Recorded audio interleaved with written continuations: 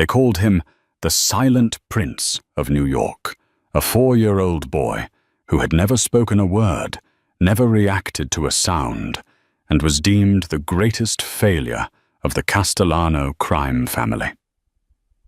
To the outside world, Roman Castellano was a ruthless kingpin who had everything but behind the closed doors of his penthouse. He was a father watching his legacy crumble.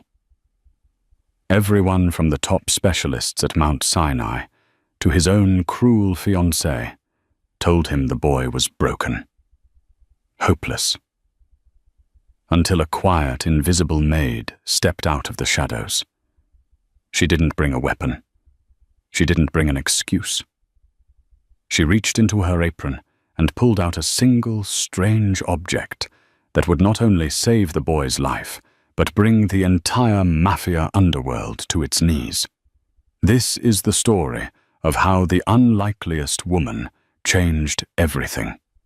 The rain hammered against the floor-to-ceiling glass of the penthouse overlooking Central Park. But inside the library of the Castellano estate, the silence was suffocating. Roman Castellano, the don of the East Coast mob, stood by the window. He wore a bespoke Brioni suit that cost more than most people earned in a year, and on his wrist sat a Patek Philippe Nautilus that he hadn't bothered to wind in days. He stared at his reflection, noting the grey hairs prematurely invading his temples. He was 32, but he felt 100. Behind him, sitting on a Persian rug that was likely worth a small house, was Leo. 4 years old. Blonde curls, wide blue eyes that looked exactly like his late mother's. But unlike other children his age, Leo didn't play with the die-cast Ferraris scattered around him. He simply sat rocking back and forth, slightly staring at the vibration of the rain hitting the glass. "He's doing it again, Roman." The voice cut through the room like a serrated knife. Roman didn't turn around. He knew exactly who it was. Bianca, his fiancée. Bianca was beautiful, in the way a diamond is beautiful, cold, hard, and sharp enough to cut you. She walked into the library, her heels clicking rhythmically on the hardwood. She stopped a few feet from Leo, looking down at the boy with a mixture of pity and undisguised disgust. "The gala is in 3 hours," Bianca said, smoothing her silk dress. "We need to decide what to do with him." Roman finally turned. His eyes were dark, exhausted. "He has a name, Bianca. It's Leo. I know his name," she snapped, walking over to the wet bar to pour herself a drink. "But the board is already whispering, Roman. Your Uncle Vittorio is telling the capos that your line ends with you, that you have a defective heir, a boy who is not just deaf, but slower, unresponsive. The doctors said his auditory nerves are severed." Roman said, his voice low. "It's not his mind. It's his ears." Is it Bianca took a sip of vodka? He doesn't look at you when you wave. He doesn't cry when he falls. He's a ghost Roman. And ghosts can't run an empire. Roman clenched his jaw so hard his teeth ached. He wanted to scream at her, to throw her out, but he knew she was right about the politics. The Castellano family was a pack of wolves. If they sensed weakness, they would eat him alive. And a deaf, unresponsive son was blood in the water. In the corner of the room, a young woman in a grey maid's uniform was quietly dusting the bookshelves. Her name was Eleanor Brooks. She had been working at the penthouse for 3 months, and in that time Roman had probably spoken 10 words to her. She was invisible. Average height, brown hair tied back in a severe bun, no makeup. She kept her head down, did her work, and disappeared. But Elena wasn't just dusting. She was watching. She watched Leo. She saw things the expensive doctors from the Upper East Side didn't see. She saw how Leo would press his hand against the floorboards when the subway rumbled deep beneath the building. She saw how he would stare at the heavy bass speakers of the entertainment system when Roman watched the news. Elena knew something, but she was just a maid, a nobody with a fake resume and a past she was trying to outrun. Speaking up meant being noticed, and being noticed meant death. "Leave him here," Bianca said, breaking the silence. "The nanny can watch him. You can't bring him to the gala, Roman. Last time he knocked over a waiter because he didn't hear him coming." It was humiliating. Roman looked at his son. Leo was stacking blocks now, his focus intense. Roman felt a familiar ache in his chest, a crushing weight of failure. He loved the boy, but he didn't know him. He couldn't talk to him. He couldn't comfort him. "Fine," Roman whispered, defeated. "He stays." Bianca smiled, a victorious curve of red lips. "Good. Now go change. You need to look like a king tonight." As Roman walked past his son, he rested a hand on Leo's head for a brief second. Leo didn't flinch. He didn't look up. He just kept stacking blocks. Roman walked out. Bianca followed. The heavy oak doors clicked shut. Elena stopped dusting. She looked around to ensure the security cameras were in their usual sweeping rotation. When the lens turned away, she dropped the feather duster and walked over to Leo. She didn't wave her hands or snap her fingers like the doctors did. She knelt on the floor, placing her hand flat on the wood next to his. She tapped a rhythm. Thump, thump, thump, thump. Leo paused. He felt the vibration. He turned his head, his big blue eyes locking onto Elena's. She smiled, a warm, genuine expression that transformed her plain face. She reached into her apron pocket. She wasn't supposed to have personal items on duty, but she risked it every day. She pulled out a small silver tuning fork. She struck it against her knee, making the tines vibrate invisibly fast, and then gently pressed the stem of the fork against Leo's collarbone. Leo's eyes went wide. His mouth opened in a silent "oh." He could feel the sound resonating through his bones, bypassing his broken ears, and traveling straight to his brain. He giggled, a rusty, unused sound that broke Elena's heart. "You're in there, aren't you, little lion?" she whispered, though she knew he couldn't hear the words.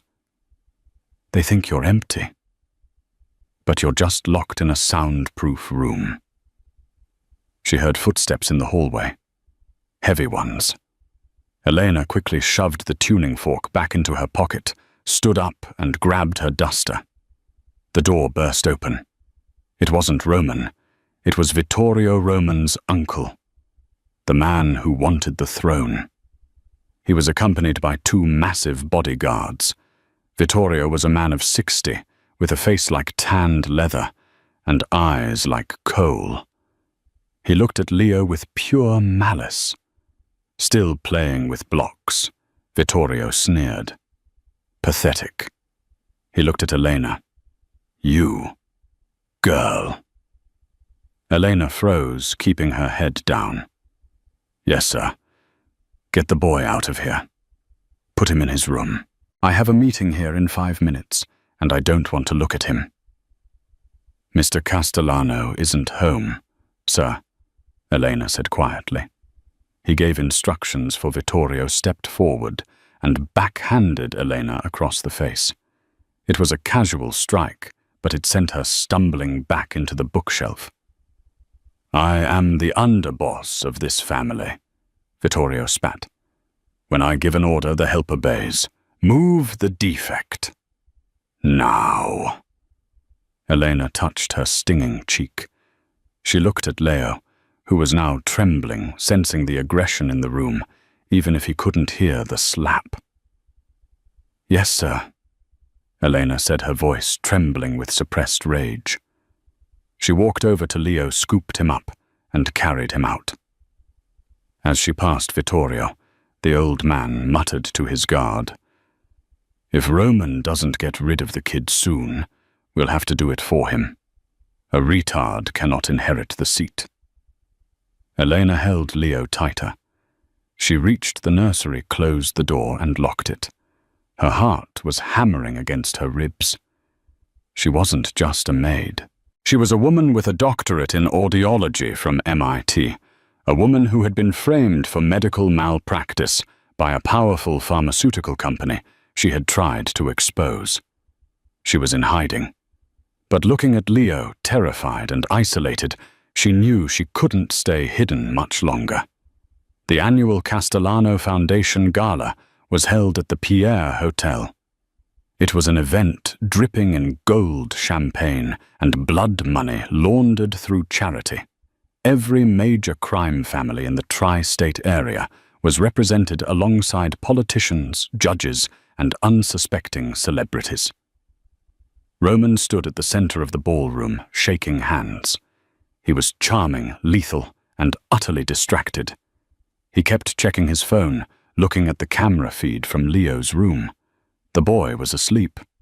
"Stop checking on him," Bianca hissed, linking her arm through his. She was wearing a red dress that screamed for attention. "Focus on the senator. He's walking over." Senator Holloway, a corrupt man with a gleaming white smile, approached with a glass of scotch. "Roman, wonderful party. Shame about the son, though. I heard he's progressing poorly." Roman stiffened. "Leo is fine, Senator." Of course, Holloway said, his eyes darting to Vittorio, who was holding court in the corner. "But stability is key in our business. People get nervous when the line of succession is unclear." The implication was obvious. Get a new heir or get replaced. Suddenly, a commotion erupted near the entrance. The security guards were shouting, "You can't go in there. I need to speak to Mr. Castellano." "It's an emergency." Roman turned. He recognized the voice. It was the maid. Elena.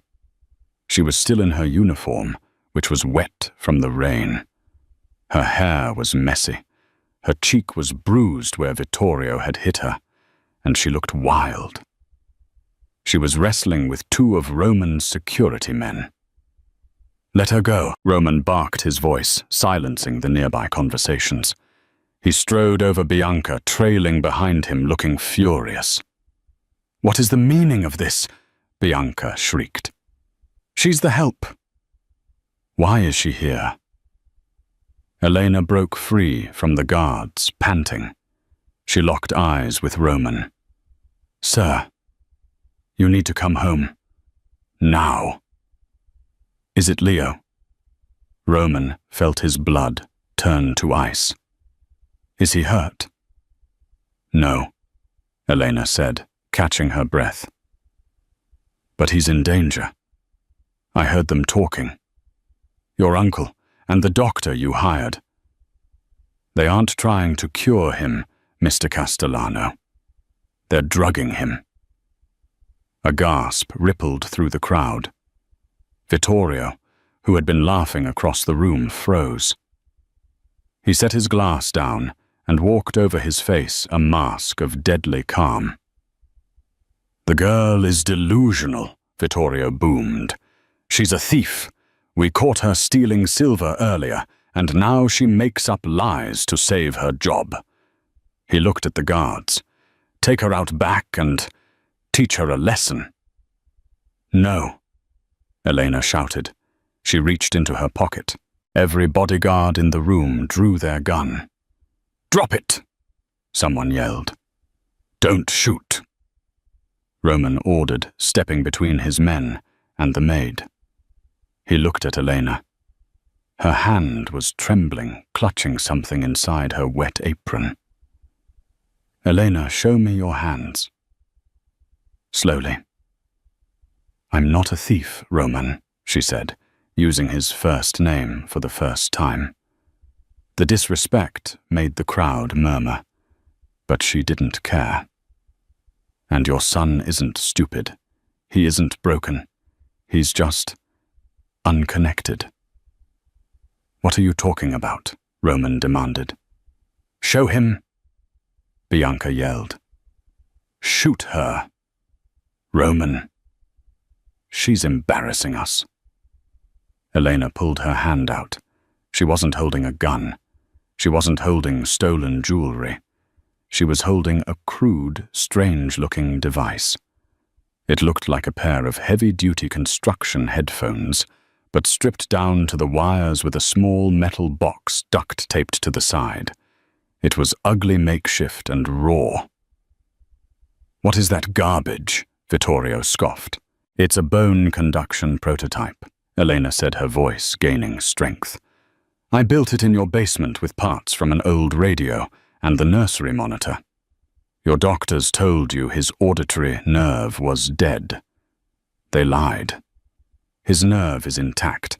It's his middle ear bones that are fused a condition called congenital ossicular fixation. It's rare, but it's treatable. She stepped closer to Roman, ignoring the guns pointed at her head. They told you he was brain damaged, so you would give up on him, Elena said, pointing a shaking finger at Vittorio. So you would step down and let him take over. Vittorio's face turned purple. Lies kill her. Wait, Roman said. His voice was quiet, but it carried the weight of death. He looked at the device in her hand. You built this? Yes. Does it work? I tested the theory with a tuning fork today. He responded. He laughed, Roman. He laughed. Roman felt tears prick his eyes. He hadn't heard his son laugh in years. Bring the boy, Roman ordered. Roman. You can't be serious, Bianca said, grabbing his arm. You're going to let a maid perform science experiments on your son in the middle of a gala. This is insanity, I said. Roman roared, turning on his fiancée with eyes that burned like hellfire. Bring me my son. The room went deathly silent. 2 guards scrambled out the door to the waiting limousine where the driver had Leo. 10 agonizing minutes passed. The guests watched in stunned silence. Vittorio stood with his arms crossed, looking confident. When this fails, the old man sneered, I'm going to kill her myself. The doors opened. The guard carried Leo in. The boy was wearing his pajamas, looking sleepy and confused by the bright lights and the crowd. Roman took his son. He held him close, smelling the baby shampoo in his hair. He looked at Elena. Do it, Roman said. Elena stepped forward. Her hands were steady now. She gently placed the strange headset over Leo's ears. She adjusted the metal pads, so they rested firmly against the bone behind his ears, not over the ear canal itself. She pulled a small screwdriver from her pocket and tweaked the dial on the metal box. It's going to be loud at first, Elena whispered. It bypasses the ear. It vibrates the skull directly to the cochlea. She flipped a switch. A soft hum emitted from the device. Leo went rigid in Roman's arms. The boy's eyes flew open. He grabbed the headset, trying to pull it off, but Elena gently held his hands. Talk to him, Elena said to Roman. Say something. Roman's throat was tight. He looked down at the boy he had given up on. Roman choked out. Leo. It's Papa. Leo stopped struggling. He tilted his head. He looked at Roman's lips, then at his eyes. Roman felt a vibration against his chest as Leo made a sound, a clumsy, loud, beautiful sound. Pa! Pa! It wasn't perfect speech. It was the mimicry of the vibration he was feeling. The glass slipped from Bianca's hand and shattered on the floor. Leo reached up his small fingers, trembling, and touched Roman's mouth. He smiled a brilliant smile that lit up the entire ballroom. Roman fell to his knees, clutching his son, burying his face in the boy's small shoulder. He sobbed unashamed in front of 500 gangsters. Elena stood back, a tired smile on her face, but the moment of joy was shattered instantly. "It's a trick," Vittorio shouted, pulling a pistol from his jacket. "She's a witch. It's a trick." He aimed the gun at Elena. The sound of the gunshot was deafening in the enclosed ballroom, shattering the moment of miracles into a spray of panic. The bullet missed Elena by inches, burying itself in the heavy velvet curtains behind her. Before Vittorio could fire again, Roman moved. He didn't move like a father. He moved like the killer the streets had raised him to be. He shoved Elena and Leo behind the heavy marble pillar, drawing his own weapon, a sleek black Beretta, from his waistband in a blur of motion. Bruno Roman roared. His head of security, a mountain of a man named Bruno, was already moving.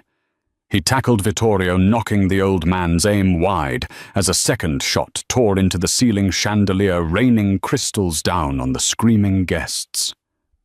"Get them out," Roman commanded, firing 2 suppression shots toward Vittorio's men, who were now scrambling to draw their weapons. The gala had turned into a war zone. Bruno hauled Vittorio to the ground, punching the older man unconscious, but Vittorio's personal guard, a squad of 6 mercenaries, opened fire. "Go." The kitchen exit. Roman grabbed Elena's arm. She was clutching Leo so tight her knuckles were white. The boy was crying now, the sudden noise of the gunfight overwhelming his new sensitive hearing device. Elena didn't freeze. She didn't scream. She ran. They burst through the swinging kitchen doors, dodging terrified waiters, dropping trays of lobster and filet mignon. Roman was right behind them, his gun raised, checking every corner. They spilled out into the alleyway, where the rain was still pouring in sheets. "The limo is compromised," Roman shouted over the thunder. "Vittorio's men will be watching it." He scanned the alley. A black delivery van was idling the driver, smoking a cigarette.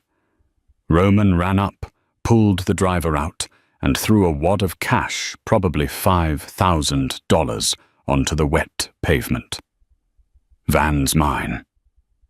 Roman growled. "Get in," he yelled to Elena. She scrambled into the passenger seat, buckling Leo into her lap. Roman jumped behind the wheel, gunning the engine. The tires screeched as they peeled out of the alley, just as 3 men in suits burst through the rear door, firing wildly at the retreating vehicle. Roman didn't slow down until they were on the Brooklyn Bridge, weaving through traffic at 90 miles an hour. The city lights blurred into streaks of gold and red. Only when the skyline of Manhattan was shrinking behind them did the adrenaline begin to fade, replaced by a cold, sharp anger. Roman looked at the woman sitting next to him. She was soaking wet, her maid's uniform torn at the shoulder, her hair plastering to her face.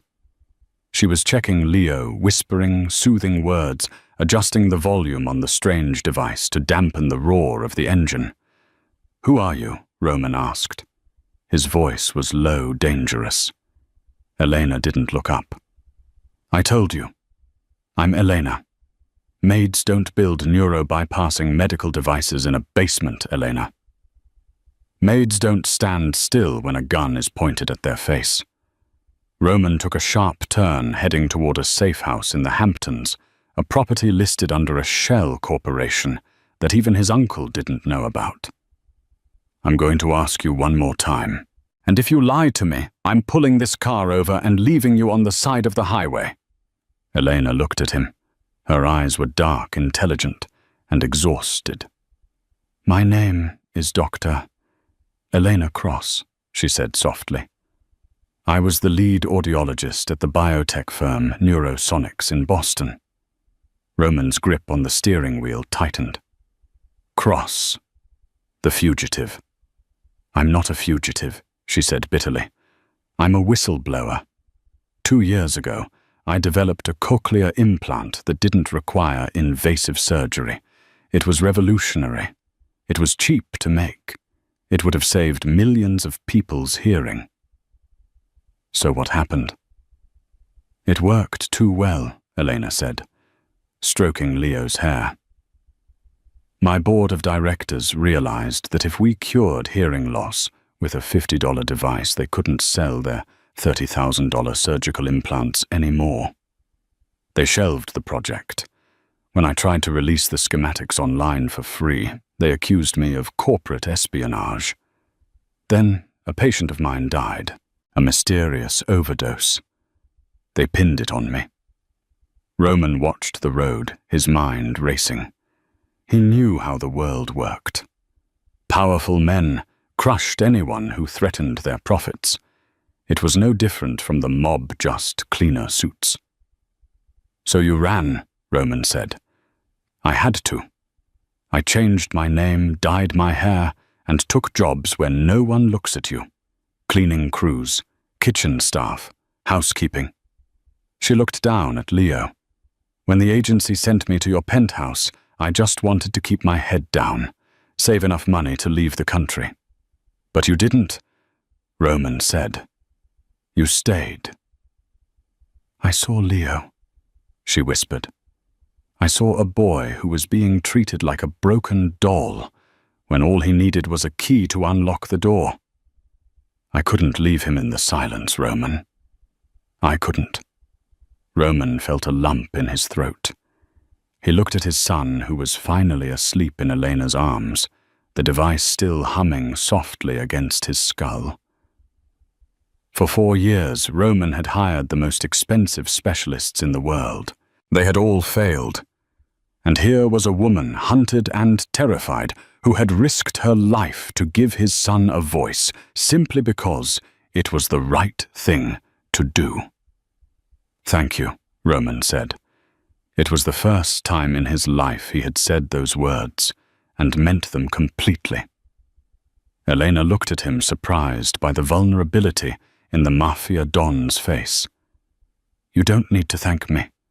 Just don't let them take it away from him. I won't," Roman vowed. "And I won't let them take you either." They drove in silence for another hour, the tension shifting from fear to something else. Something magnetic. The safe house was a modern fortress of glass and concrete built into the side of a cliff overlooking the Atlantic Ocean. It was cold, minimalist, and impenetrable. Roman carried Leo inside, laying him on the plush sofa in the living room. Elena stood awkwardly in the center of the room, shivering in her wet clothes. "There are clothes in the master bedroom." "Closet," Roman said, locking the heavy steel front door and engaging the security system. "Bianca keeps some things here. They should fit you." At the mention of Bianca's name, the air in the room grew heavy. "Where is she?" Elena asked. "Your fiancée. You left her at the gala." Roman walked to the liquor cabinet and poured 2 glasses of amber whiskey. He handed one to Elena. "Bianca is a survivor. She'll spin this. She'll say she was a victim of Vittorio's madness. But right now, I don't care about Bianca. I care about who authorized the medication that was poisoning my son." Elena took the drink, her hands shaking slightly as the adrenaline crashed. It was ototroxin. It's a heavy sedative used for psychiatric patients. In high doses, it causes temporary nerve paralysis. It mimics deafness and cognitive delay. "Vittorio couldn't have dosed him alone," Roman said, pacing the room. "He doesn't live at the penthouse. He visits maybe once a month. Someone on the inside had to be administering it daily. Elena took a sip of the whiskey, the burn grounding her. The nanny. Mrs. Gable has been with the family for 30 years. Roman shook his head. She's loyal to the bone. She wouldn't hurt Leo. Then who? Roman stopped pacing. He stared at his reflection in the dark window. The storm outside was raging waves crashing against the cliffs below. A terrible thought was forming in his mind, a puzzle piece he didn't want to fit. Bianca, he whispered. She hated him, Elena said softly. I saw the way she looked at him, like he was a stain on her perfect life. Roman slammed his glass down on the table, shattering it. She wanted me to institutionalize him. She kept pushing for it. He's broken Roman. Send him away, Roman. If I sent him away, I would lose my claim to the family trust. The Castellano Trust stipulates that the heir must live in the family home. If Leo is gone, the money goes to the next of kin, Elena finished, or the spouse. If we married and Leo was out of the picture, she would control half the empire. Roman ran a hand through his hair, furious at his own blindness. I was going to marry the woman who was poisoning my son. He looked at Elena. She looked small in the large room, but her eyes were fierce. She wasn't just a doctor. She was a fighter. Go change, Roman said, his voice softer now. You're freezing. We'll figure this out in the morning. Elena nodded and disappeared into the bedroom. Roman sat on the floor next to the sofa where Leo slept. He watched his son's chest rise and fall. He reached out and gently touched the metal device Elena had built. It was ugly, wrapped in electrical tape, but to Roman it was the most beautiful thing in the world. 20 minutes later, Elena returned. She was wearing one of Bianca's silk robes, a deep emerald green that contrasted with her pale skin. Her hair was down now, drying in soft waves around her shoulders. Without the severe maid's bun and the grey uniform, she looked breathtaking. Roman stood up. The air between them crackled. How is he? She asked, nodding toward Leo. He's dreaming, Roman said. He's making sounds in his sleep. He never used to do that. Elena walked over and knelt beside Leo, checking the battery pack on the device. His brain is trying to categorize the new input. It's like suddenly seeing color after living in a black and white world. It's exhausting for him. She looked up and found Roman standing much closer than she realized. He smelled of rain, expensive cologne, and danger. Why did you really do it, Elena? Roman asked, his voice a low rumble. You could have kept your head down. You could have escaped to Europe next month. Why risk your life for a gangster's son? Elena stood up, facing him. She was inches away. Because I lost a child once, she confessed, the words tearing out of her. Years ago, before the scandal, I couldn't save her. So when I saw Leo, when I saw that I could save him, I didn't have a choice. Roman's eyes searched hers. He saw the pain there, deep and old. He reached out his rough hand, cupping her cheek. It was a tentative, gentle gesture.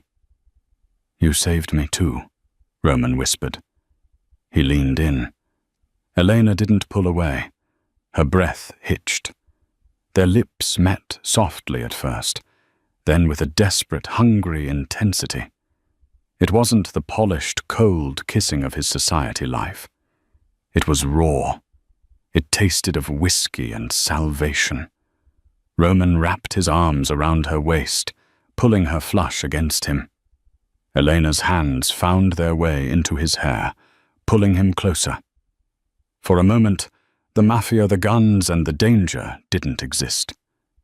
There was only the fire between them. But the moment was broken by a sound. Not a gunshot. A beep. Roman pulled back instantly, his eyes snapping to the security console on the wall. A red light was blinking. Motion detected. Perimeter fence. Sector 4. They found us, Roman hissed. How? Elena gasped, her face pale. We weren't followed. Roman looked at Leo. He rushed over to the boy, patting down his pajama pockets. Nothing. He checked the collar. Nothing. Then he looked at the shoes. He ripped Leo's left sneaker off. He tore out the sole. Inside, blinking with a tiny red LED, was a tracker the size of a coin. Bianca Roman growled, crushing the tracker in his hand. She bought these shoes for him last week. She's been tracking him the whole time. The glass of the front window shattered as a canister smashed through, skittering across the floor. Hiss. White smoke began to fill the room. Tear gas. Get Leo, Roman shouted, grabbing his gun from the table. Get to the basement. There's a tunnel. Eleanor grabbed the sleeping boy, who woke up screaming as the smoke hit his lungs. Stay low, Roman commanded, firing blindly out the shattered window to suppress the attackers. Shadows were moving on the patio. Laser sights cut through the smoke. These weren't street thugs. These were professionals. Roman ushered Elena and Leo toward the heavy oak door that led to the wine cellar. He shoved them through. Lock it from the inside, Roman yelled. Don't open it unless you hear my voice, Roman. No, Elena cried, reaching for him. Come with us.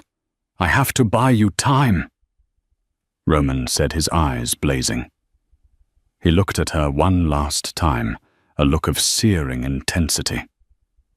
Go. He slammed the door shut. Elena heard the lock click. Then she heard the front door blow off its hinges, followed by the deafening roar of automatic gunfire. Clutching Leo, she ran down the dark stairs into the bowels of the house, the sound of war raging above her head. She realized with a terrifying clarity that she had fallen in love with the devil, and he was currently walking through hell to keep them safe. The tunnel was damp, smelling of salt water and old earth. Elena ran the flashlight on her phone, cutting a thin beam through the darkness. Leo was heavy in her arms, but adrenaline made him feel weightless. Above them, the muffled sounds of gunfire had ceased. That terrified her more than the noise. Silence meant the battle was over. Silence meant Roman was either dead or taken. They emerged onto a rocky beach at the base of the cliffs. The storm was brutal here, the wind whipping the ocean into a frenzy. Elena stumbled, falling to her knees in the wet sand. Leo cried out, the strange headset slipping from his ears. It's okay. Shh, it's okay. Elena gasped, fumbling to reattach the device. She looked up at the cliff. The safe house was ablaze. Flames licked the night sky, casting an orange glow on the churning black water. Eleanor. A voice from the shadows. Eleanor spun around, grabbing a heavy rock from the sand, ready to fight. It wasn't an enemy. It was Bruno. The massive head of security was limping badly, clutching his side, where a dark stain was spreading on his shirt.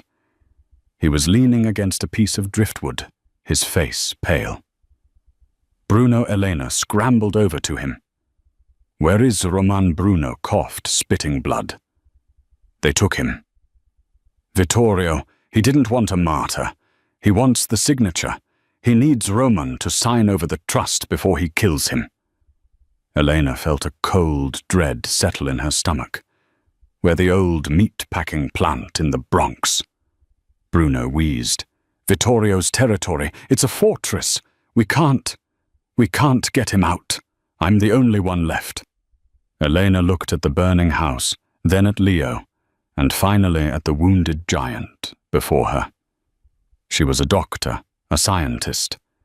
She wasn't a soldier, but she looked at the device on Leo's head, the device she had built from scraps to do the impossible. "We don't need soldiers," Bruno Elena said, her voice hardening. "We need a ghost." "What are you talking about?" Bruno groaned. "Vittorio thinks I'm just a maid. Bianca thinks I'm a nuisance. Neither of them knows who I really am," Elena said. She stood up, the wind whipping her hair. "I am Elena Cross. I designed the security encryption for neurosonics. I know how to break into systems that don't want to be broken." She looked at Bruno. "Can you get us to a computer, a real one?" Bruno nodded slowly. "I have a safe house in Queens. Basement setup. But Elena, Roman is tough, but they will break him. We don't have time. They won't break him tonight," Elena said, looking at the fire one last time. "They need him lucid for the board meeting tomorrow. That gives us 12 hours. She picked up Leo. The boy looked at her, his eyes wimple and trusting. He touched her face and made a sound. "Ma." Elena's heart shattered and reformed into something indestructible. "Let's go."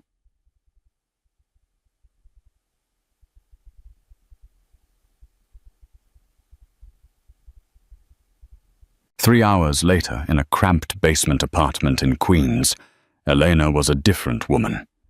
She had traded the silk robe for a pair of Bruno's oversized sweatpants and a black t-shirt. She sat in front of a bank of monitors, her fingers flying across a keyboard. The screen was a waterfall of code. Bruno sat in a chair while she stitched up his side. He watched her in awe. "I thought you were a hearing doctor."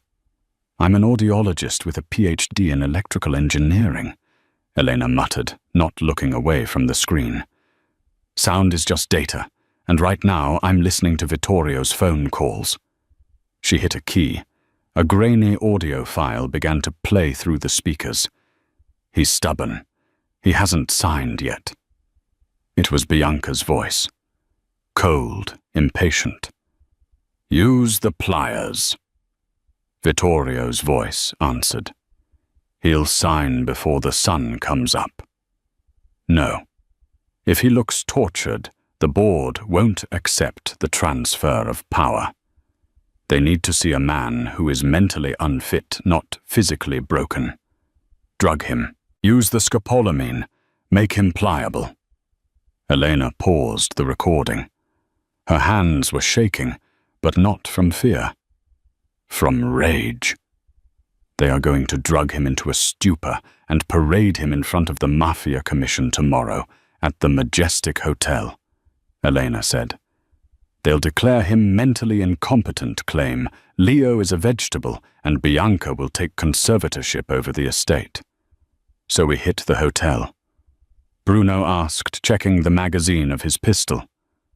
"I can call in a few favors. Get maybe 5 guys. 5 guys against Vittorio's army." "It's suicide," Elena said. She turned to look at Leo. The boy was sitting on the floor, playing with the dismantled parts of a radio Elena had given him. He was fascinated by the wires. "We don't hit them with guns," Elena said, a dangerous idea forming. "We hit them with the truth. But we need to get into that meeting room. You can't just walk into a Mafia commission meeting." Bruno scoffed. "They check everyone. You're on the hit list." "I'm not going as Elena the maid," she said, standing up. She walked over to a mirror on the wall. She grabbed a pair of scissors from the medical kit. She looked at her long brown hair. "Who are you going as?" Bruno asked. Elena slashed the scissors through her hair, hacking it off until it was a sharp, jagged bob. She turned to Bruno, her eyes burning. I'm going as the one thing Bianca fears most. The basement of the meatpacking plant was freezing. Roman sat tied to a steel chair, his face bruised, his lip split. His expensive suit was ruined, stained with his own blood. Bianca paced in front of him. She was immaculate, wearing a white power suit that looked starkly bright in the grimy dungeon. "Just sign the papers, Roman," she sighed, holding out a gold fountain pen. "Why make this difficult? You know you've lost. The maid is dead. The boy, well, he won't last long in the system without you." Roman spat blood onto the concrete floor. He looked up at her with a crooked grin. "You think Elena is dead? You didn't find a body, Bianca.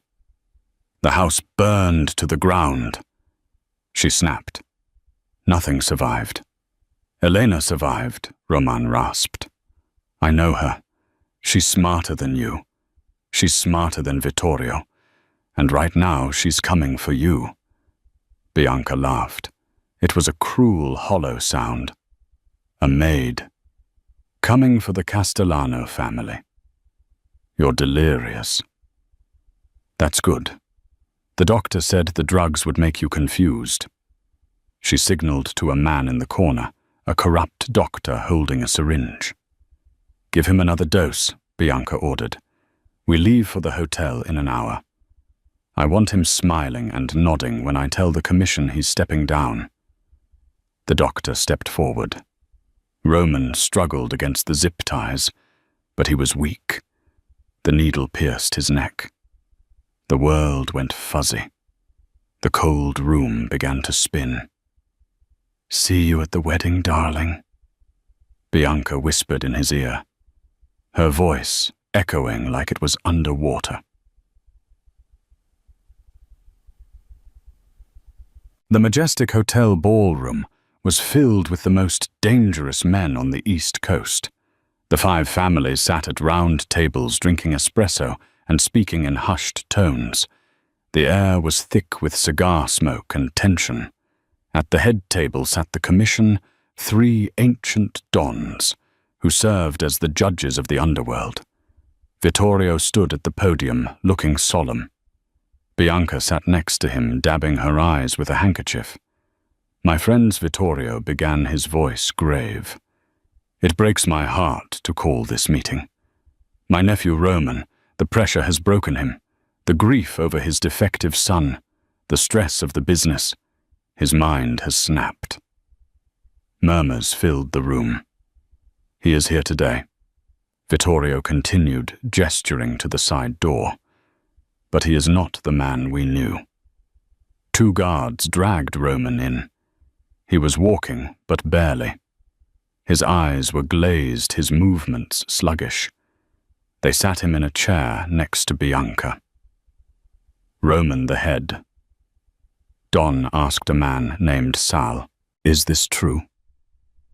Do you wish to relinquish control of the territory to your uncle and your fiancée?" Roman's head lolled. He blinked, trying to focus on Sal's face. He tried to speak, but his tongue felt like lead. I... "He is confused," Bianca said softly, placing a hand on Roman's shoulder. "He told me this morning. He just wants peace. He wants to retire." "We have the medical records," Vittorio said, waving a file.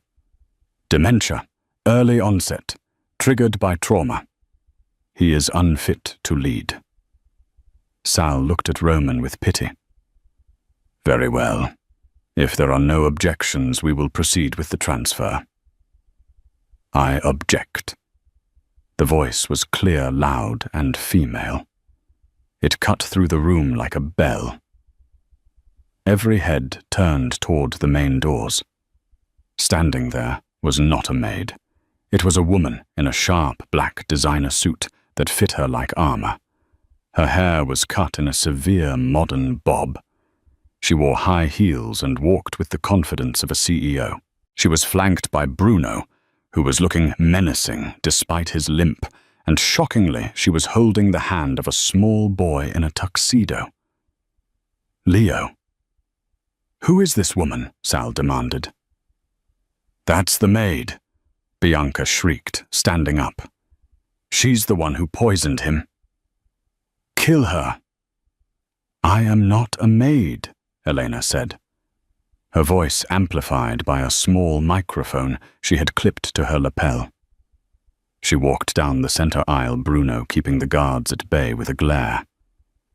"I am Dr. Elena Cross, and I am here to prove that Roman Castellano is being drugged." "She's lying," Vittorio yelled. "Security."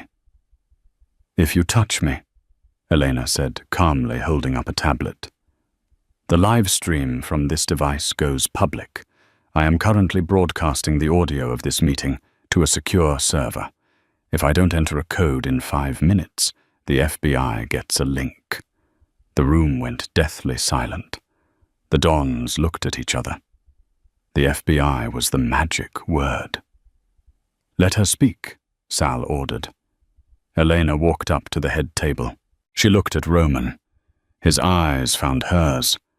Through the fog of the drugs, a spark of recognition lit up. He tried to sit up straighter.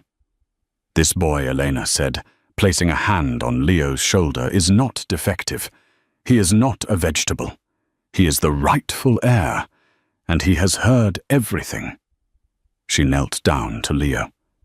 She adjusted the strange metal device on his head, which she had refined and polished overnight. It no longer looked like scrap. It looked like tech. "Leo," Elena said clearly.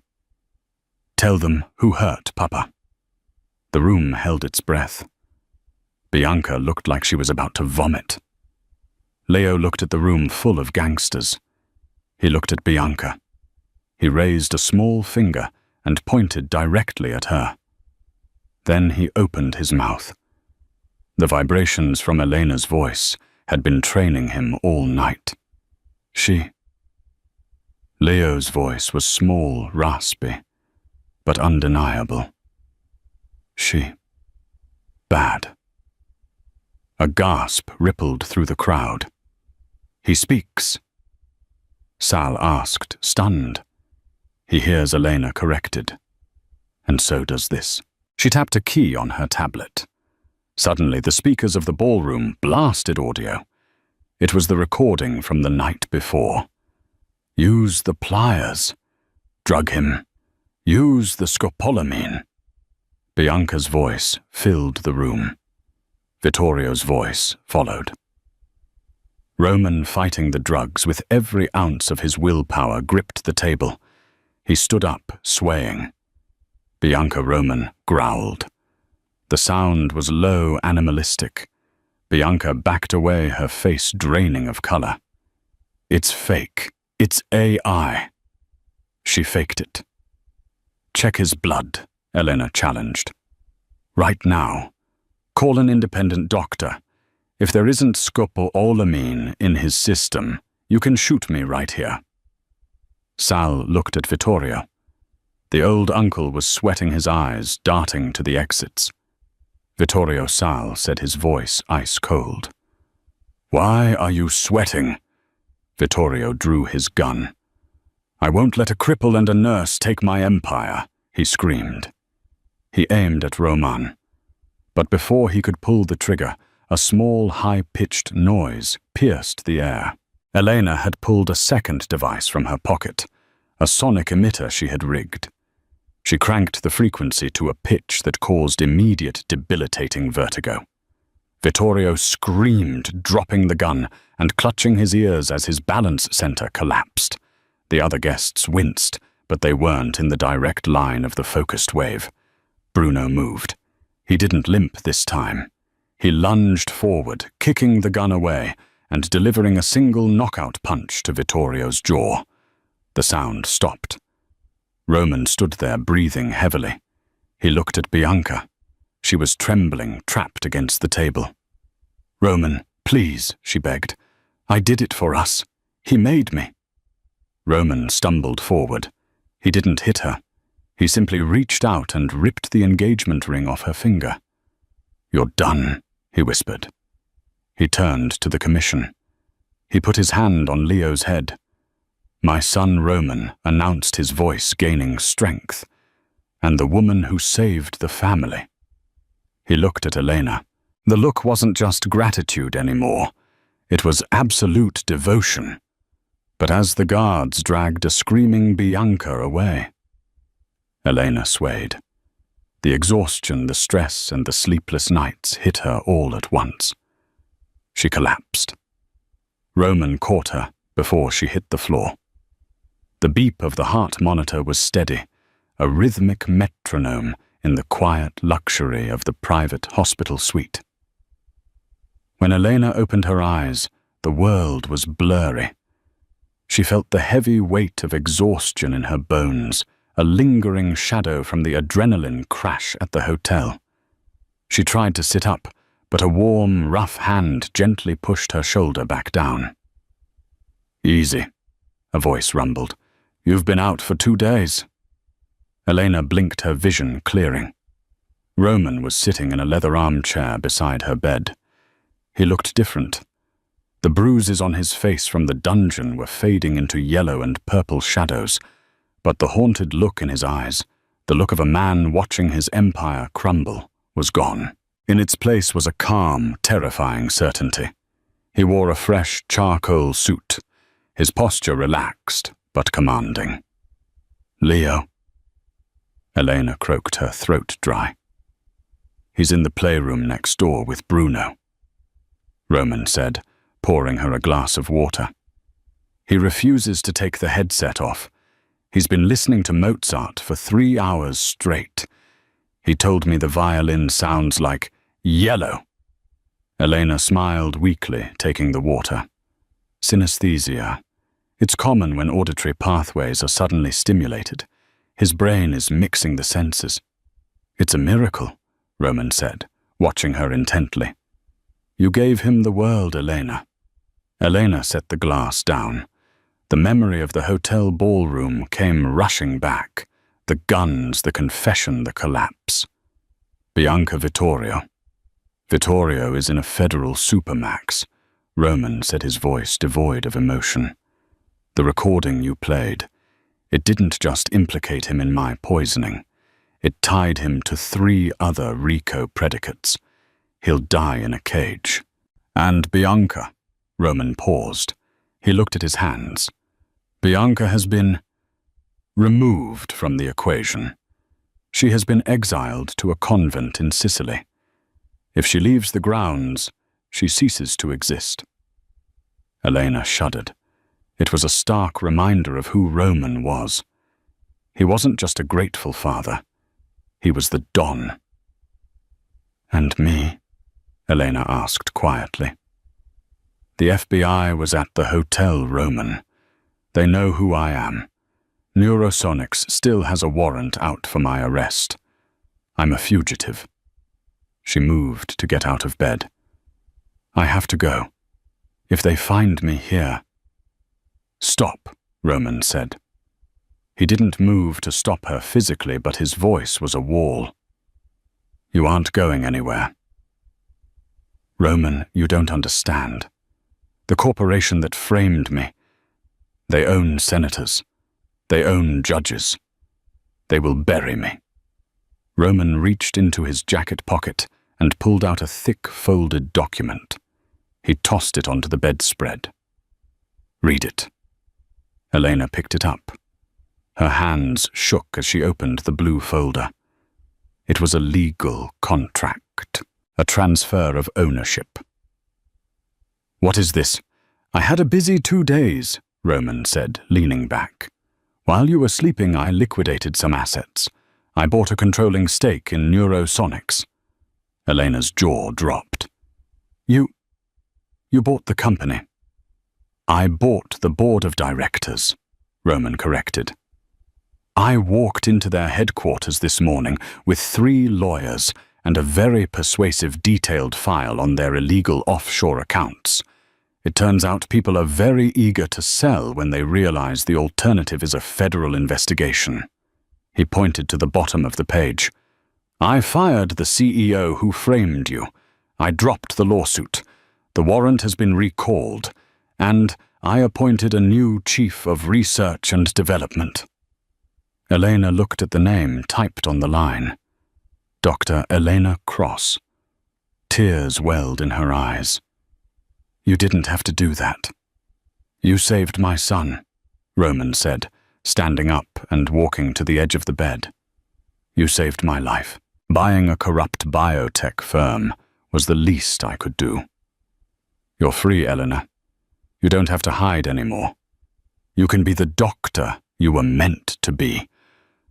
Elena looked at the papers, then up at him. I don't want to go back to Boston. Roman went still. No.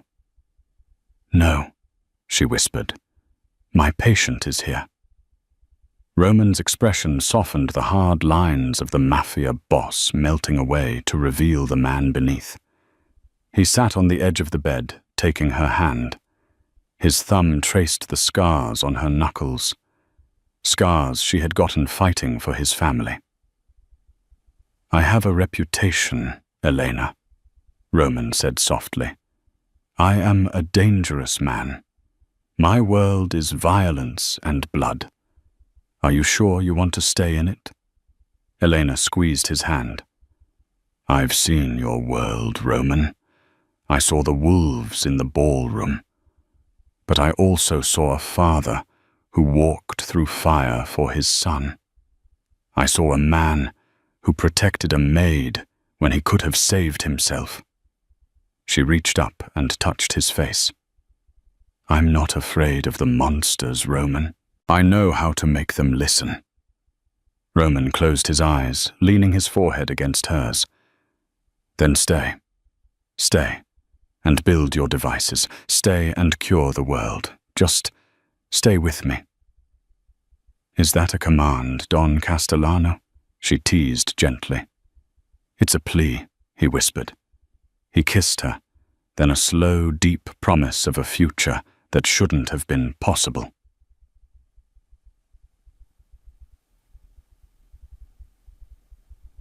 Six months later, the garden of the Castellano estate was in full bloom. It was a crisp autumn day, the leaves turning gold and crimson. A small orchestra was playing softly under a white gazebo. The guests were a mix of the underworld elite and the medical community, a strange, tense blending of two worlds that only one couple could bring together. Roman stood at the altar, looking more nervous than he had ever looked facing a gun. He adjusted his tie for the 10th time. Bruno, standing beside him as the best man, chuckled. Relax, boss. She's coming. And she was. Elena walked down the aisle, not in a maid's uniform, and not in a stolen robe. She wore a gown of white lace that seemed to glow in the sunlight. She didn't look like a fugitive. She looked like a queen. But the most important person wasn't the bride or the groom. Standing between them, holding the rings on a velvet pillow, was Leo. He was taller now, his cheeks rosy with health. The device on his head was gone. In its place was a sleek, almost invisible earpiece that Elena had designed the Castellano Model 1, soon to be released to the public, to help deaf children around the world. When Elena reached the altar, Roman took her hands. The priest began to speak, but Roman held up a hand. Wait, Roman said. He looked down at his son. Leo. Leo looked up. He grinned, missing a front tooth. He handed the pillow to Bruno and stepped forward. He didn't use sign language. He didn't hide. He looked at the crowd of hundreds. My... Leo started his voice clear and confident, practicing the speech he had worked on for weeks. My papa loves my mama. The crowd erupted in cheers. Tough men with scars wiped tears from their eyes. Roman picked Leo up, kissing his cheek, then turned to Elena. You gave him a voice? Roman said, his voice thick with emotion. No. Elena smiled, placing her hand over Roman's heart. We gave him a family. That's the only sound that matters. Roman kissed his bride as the sun set over the empire. They now ruled together. Not with fear, but with the unbreakable power of a silence finally broken. And that is the incredible story of the silent prince and the maid who saved him. From a basement workshop to the head of a Mafia empire, Elena proved that the most powerful weapon isn't a gun, it's the will to heal. Roman thought his son was broken, but he just needed someone to listen to him in a way no one else could. If this story touched your heart, or if you were cheering when Leo finally spoke at the wedding, please hit that like button. It helps us bring more dramatic stories to life. What would you have done in Elena's shoes? Would you have risked your life for a child that wasn't yours? Let me know in the comments below. Don't forget to subscribe and ring the bell so you never miss a twist. Thanks for watching, and see you in the next story.